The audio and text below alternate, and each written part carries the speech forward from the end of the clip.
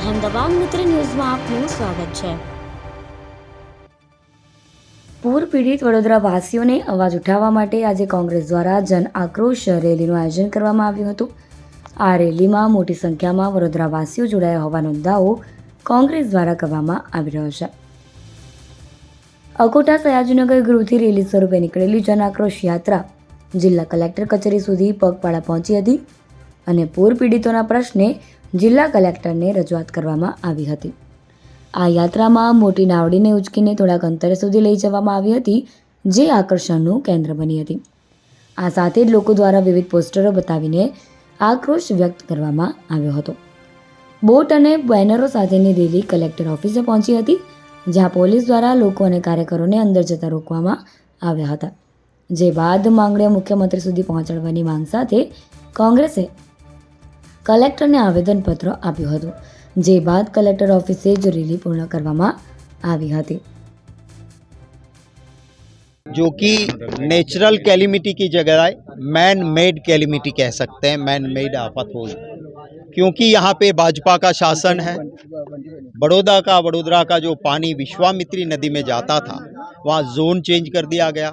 अगोरा जैसा एक बड़ा मॉल बना दिया गया। भाजपा के नेताओं के बड़े बड़े बंगले महल जैसे बन गए। पानी शहर से जो नदी में जाना चाहिए उसमें रुकावट हुई। लोग बड़े परेशान रहे। एक एक मंजिला पूरा पानी में डूब गया। लोग छतों पे रहे, बिना पानी बिना खाना के रहे। गरीब लोगों के झोंपड़े पूरी तरह से नष्ट हो गए। छोटे व्यापारी बर्बाद हो गए। कुछ भी नहीं मिला था। आज जब हमारी जन आक्रोश रैली की शुरुआत हो रही है, तब एक कागजी राहत की बात हुई है। वो सफिशिएंट नहीं है, वो पूरा नहीं है। इतने बड़े नुकसान के बाद 5,000 रुपये में क्या होगा? और जो इलीगल कंस्ट्रक्शन भाजपा का है, वहाँ बुलडोजर नहीं जा रहा है। गरीब का झोंपड़ा बुलडोजर भाजपा का जाके तोड़ देता है, तो पूरे वडोदरा को पानी में डुबाने वाले बड़े मगरमच्छ बैठे हैं भाजपा के, उनके बड़े बड़े बिल्डिंग क्यों नहीं टूट रहे हैं, ये मेरा सवाल है। पिछले कुछ समय से गुजरात के अलग अलग हिस्सों में बहुत अधिक वर्षा होने की वजह से भारी नुकसान हुआ है। कई सारे लोगों की जान गई। एक अनुमान है कि 50 से भी अधिक लोगों की जान ये पिछले दिनों में गई है। बीमारी बहुत बड़े तादाद में फैली। बीमारी की वजह से भी काफ़ी लोग अपनी जान गंवा चुके हैं। खड़ी फसल किसानों की खेतों में हजारों एकड़ में बर्बाद हो गई और उम्मीद थी कि प्रदेश की सरकार राहत देने के काम में, पुनर्वास के काम में सामने आएगी और कुछ अपना हाथ बढ़ाएगी, लेकिन ऐसा नहीं हुआ। वडोदरा में भी भयानक परिस्थिति हुई। लोगों का करोड़ों का नुकसान यहाँ पर हुआ, लेकिन किसी भी तरह से प्रदेश की सरकार ने यहाँ पर लोगों की सहायता नहीं की और इसीलिए एक जिम्मेदार विपक्ष के तौर पर कांग्रेस पार्टी ने यहाँ पर जन आक्रोश रैली रखी है। देखिए, हमारी तो ये मांग रहेगी कि सरकार यहाँ पर लोगों को राहत देने के लिए सामने आए। सिर्फ थोड़ी सी मदद करने से लोगों का कोई भला इसमें होने वाला है नहीं। मैं जानता हूं कि कुछ सहायता देने की कोशिश यहां पर प्रदेश सरकार की ओर से हो रही है, लेकिन वो सिर्फ यहां पर आज जन आक्रोश रैली होने की वजह से उन्होंने कुछ एक कदम उठाने का प्रयास किया है, लेकिन ये बहुत अल्प स्वरूप की मदद है। जितना नुकसान लोगों का हुआ है उसका एक प्रामाणिक तरीके से आकलन हो और आकलन के बाद शीघ्र लोगों को मदद देने का काम करना है। आ विरोध भाजप जेवी रीते भाजपना पापे वडोदरा पाणीमां डूब्યું। આખું વડોદરા જાણે છે કે ભાજપના પાપે ભાજપના નેતાઓના ભ્રષ્ટાચારના કારણે વડોદરા પાણીમાં ડૂબ્યું છે। ત્યારે આ લોકો ભાજપના ટટ્ટુઓ જે અમારો વિરોધ કરે છે, અમે એમનો વિરોધ નથી કરતા, અમે એમનું સ્વાગત કરવા ઉભા છે। અમે રાહુલ ગાંધીના સિપાહી છે।